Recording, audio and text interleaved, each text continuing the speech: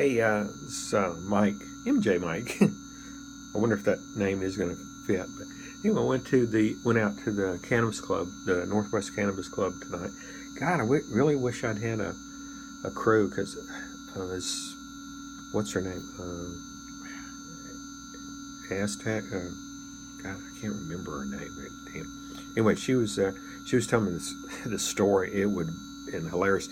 Her roommate, this meth head, she said she took this guy in. He'd just been released from prison not long ago, but he was on the news tonight. What he did was he's been out a week up on meth and not sleeping. She used to tell the whole story. It'd been great filming it and recording her, but her roommate, she had two roommates, an 18-year-old chick and this guy, but he'd been up for like about a week, and of course you start hallucinating. She's telling all this crazy shit. It was he came in.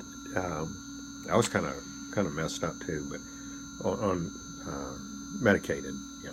But anyway, let's see. She said that he just like burst in with her and her roommate. The gal's, she's probably about 30 something or so, and but she had her 18. He burst into the room and says, something about hearing voices, and of course mouth, and let's see, he said something about these voices saying, "That's the smallest penis I've ever seen." He was talking about his dick. And then he just left, and then he came back and said something like that again, and just like, it's like weird. And then he said he came, like she was in her room or something. I think that was it, room. And he came and opened the door, and he said, "I did not masturbate. I did not just masturbate." And it was like, it was hilarious. I'm sure somebody's going to take this and it's going to put it back on me. That's funny. But anyway, it was hilarious. That's probably what I've got to be, is like the interviewer, and I can get me a crew to film this kind of shit, because I was just sitting there, I thought, God, this is great, but bringing this kind of crap out, I mean, it's kind of like the interview with little girl Chris, the dab tender, and Alchin, my neighbor. He was on that other thing, but it was been great. And I said, I wanted to go over and meet her and her, or go over to her place, and but she said, "Oh, the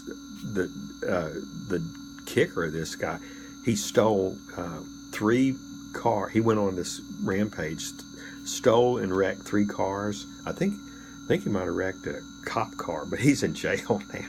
He's going back to. I mean, I'm sorry for the guy. When he comes down off his bender, but he's guy's a meth freak." So it was like, get this, he had been this boss laid him off of work to go to rehab. He was in rehab 2 days. I guess he went there and scored or something. Then he got it's kind of funny, but it's not funny.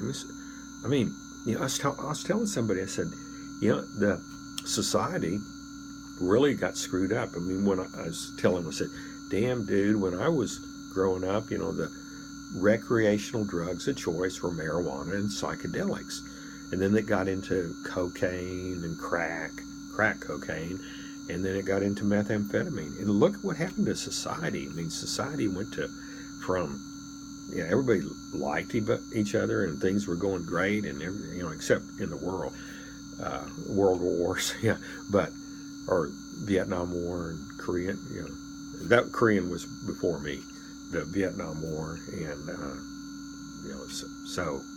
but generally people were really cool back in the 60s and 70s, early 70s, and then went to all people.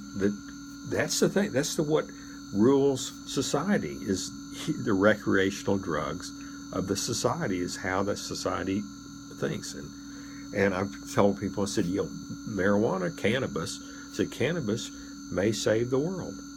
I mean, it sounds kind of strange, but I mean, it's if the recreational drug of choice, if the whole society gets back to being on cannabis, we might be, we'll be a little bit more mellow, and society will probably be nicer to each other. People will be nicer to each other. So, that's why I advocate this stuff. But it's also, I still think that, it's like that article I wrote a year or so ago about, it's not work cannabis, it's recreational cannabis. But some people they are able to, and probably need to be kind of stoned to do their work. I mean, I've done what I'd like to do is get this business going, get me a driver, and be, medicated all the time, and deal with people in the industry. And I think that's what I'd like to do. So anyway, this was an interesting night. I hope we get this TV thing going, and I'd like to get a crew, recording, and mainly not me. Don't have to record me, but record these people I meet. I mean, it's a great. I know this thing. I really wish I'd recorded it. But I mean, the way she was talking about it, Ginger, is it Ginger? Yeah, and she wants to be. I mean, she wants to be on the show. So she's great. She's kind of a regular there at that club, and if we get I'd like to use that club as kind of our base. The owner, his name's Mike. He's a real cool dude. He looks like he's pretty. He's not a youngster either. But he's a cool dude. So when I first went over there, he said I told him about what we were doing, and the advertising company also. He said we have no use for that, but I guess he's come around. Maybe he trusts me or something. I don't know. But anyway, today I had kind of a run-in with Laura over the phone. I don't know about bringing her up here. I mean, it's like I just don't know. It's I'm doing better now, but being under her, I mean, she's kind of bizarre.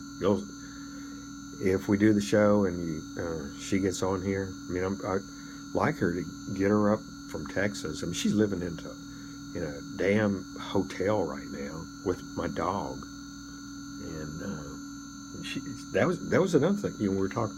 She after I left or got taken away, after I left, she got on coke, and then she got on meth, and it fucked her brain up. I mean, that was the thing we were talking about. That guy that went on that robbery, wrecking the car spree. I mean, he acted like he was, they said schizophrenic the way he was, but that's the thing, meth, I mean, it screws people's brains up bad.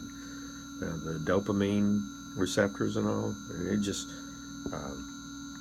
it changes your brain chemistry and actually the anatomy, because the receptors are it screws the cellular level of your brain up bad. That's methamphetamine. So I think that's my dog. Anyway, I'm going to bed. It's almost 1 o'clock. I'm tired.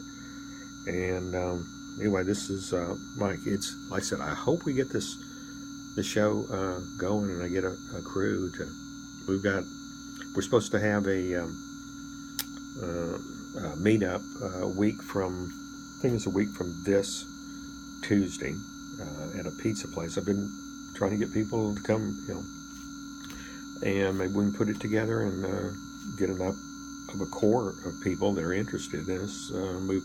I'm going to send out some invites tomorrow or today, actually, and hopefully we can get people that are interested in helping produce this get it going. So anyway, this is Mike, MJ Mike. Have a good evening. Bye.